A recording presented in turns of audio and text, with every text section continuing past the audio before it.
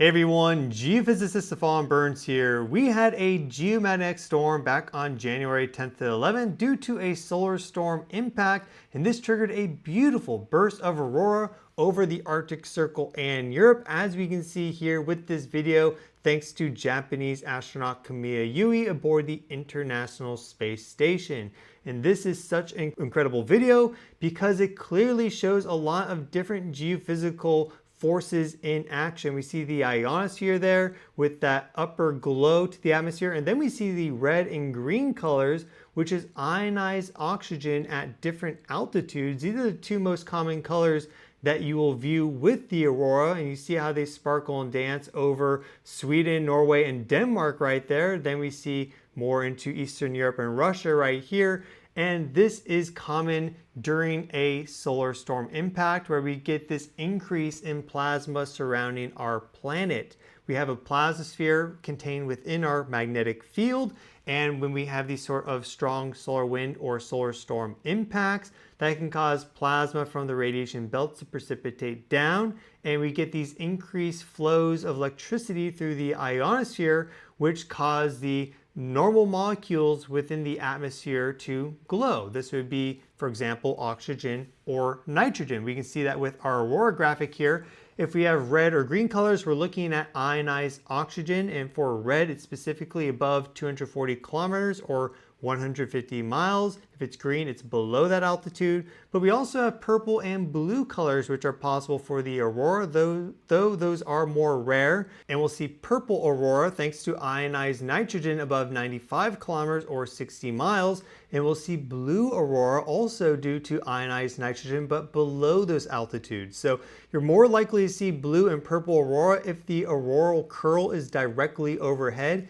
which typically will just be in the Arctic Circle. But if it's during a very powerful geomagnetic storm, that in fact will move further south, or for the southern hemisphere with the aurora australis, it will push further north. And that is likely to occur in the next 7 to 10 days because we have a lot of activity happening right now with our sun. We're at the end of solar maximum, the beginning of the descending phase. So we are in a period of elevated solar activity. And you'll notice a few things happening with this video here. We're looking at our 211 angstrom view with our 193 filter on it. We see these dark regions here on the sun. These are known as coronal holes. The sun has an atmosphere just like Earth does, and in that upper atmosphere, the corona, you have a bunch of super high energy, high temperature plasma. Well, when there's a deficiency of that, it shows up as a dark region because there's just no plasma there. And that's because the magnetic field is extending out into space and it's vacuuming up and shooting that plasma into interplanetary space as a high-speed stream. And well, when we have these coronal holes cut through the solar equator, meaning that it's a trans-equatorial coronal hole, that high-speed stream will directly impact the Earth at 1 astronomical unit. And we often see enhanced geomagnetic activity around those high-speed stream impacts. The solar wind has structure to it, and when we get those shock impacts and then the high-velocity solar wind to follow, that can trigger increased geomagnetic storming. And so it's likely we will have a G1 to G2 geomagnetic storm in about 8 to 9 days due to this coronal hole being in the geoeffective position right about here. It takes 14 days approximately to rotate from limb to limb. But you will also notice that's not just this trans-equatorial coronal hole. There was also a big explosion that occurred on the far side of the sun, just off the limb, out of view, back on the 11th. And so we'll see this right here. When this video repeats, you'll notice that the solar corona has quite a bit of density here, and then we'll see this big shock wave go out, and this will retract back like that. And look at those coronal loops. So that was a 3.3 M-class flare, which is a pretty strong flare, the second highest, but certainly it was an X-class flare if we had been able to measure it head on. We only got some of that light radiation hit us because that blasted off from the far side. We can see that with this NASA space weather model here. So that was a big solar storm. In fact, the second big solar storm to have launched from that sunspot group. We had a significant coronal mass ejection launch back on the 8th of January, exactly when Mars and Venus went conjunct on the far side of the sun during their dual superior conjunction, which is interesting. And so we are going to have this coronal hole in the geoeffective position right around the 18th to the 20th of January as that sunspot group is exactly Earth facing and direct, there's no guarantee that it's going to launch a significant coronal mass ejection our way, but it is certainly possible, and that is what I am betting on. That's my forecast. So I think that G2 conditions, G3, maybe even G4 conditions are possible if we get some significant solar flares and coronal mass ejections to launch out during that approximate time frame of January 18th to the 20th, and we will have the new moon on the 20th, meaning that if we do have that happen and there is a geomagnetic storm, there will be no light from the moon competing with the light of aurora. So it will be a spectacular viewing event.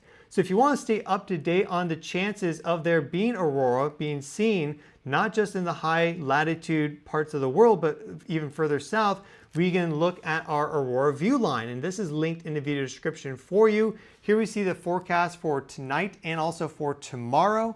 This is put out by NOAA. This is specifically for North America, but there's also forecasts that are put out by GFC Potsdam for Europe. I'll link that in the video description as well. And when we have a big solar storm coming in, the forecast will typically be enhanced, and we'll see that this will get much bigger, and there will also be this red band, and this is based off of the probability. So when it's green, it's moderate possibility, but when it's red, it's a high possibility. And so if we see this really expand out and go red down here, then we could have a significant geomagnetic storm, for there to be a fantastic chance to see aurora, to see plasma in action, because we don't have this happen all the time. During solar minimum, it's very rare to see aurora specifically to southern latitudes, or if you're in the southern hemisphere, to really reach up north into New Zealand and into Australia or the southern part of South America. But during solar maximum and the descending phase, this is more common. The solar cycle is about 11 to 12 years in length, so it's quite a long time period to go from solar maximum to solar minimum to solar maximum.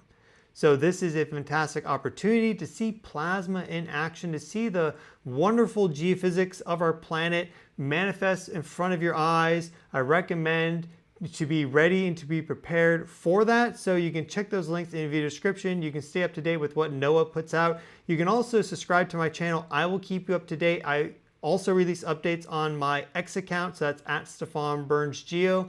I recommend you follow both to stay fully up to date on what is happening with the Earth energetically. This is space weather, this is earthquakes, volcanoes, and so much more. Thank you all so much for watching. Wishing each and every single one of you well. Please take care of yourselves. I'll see you all in the next video.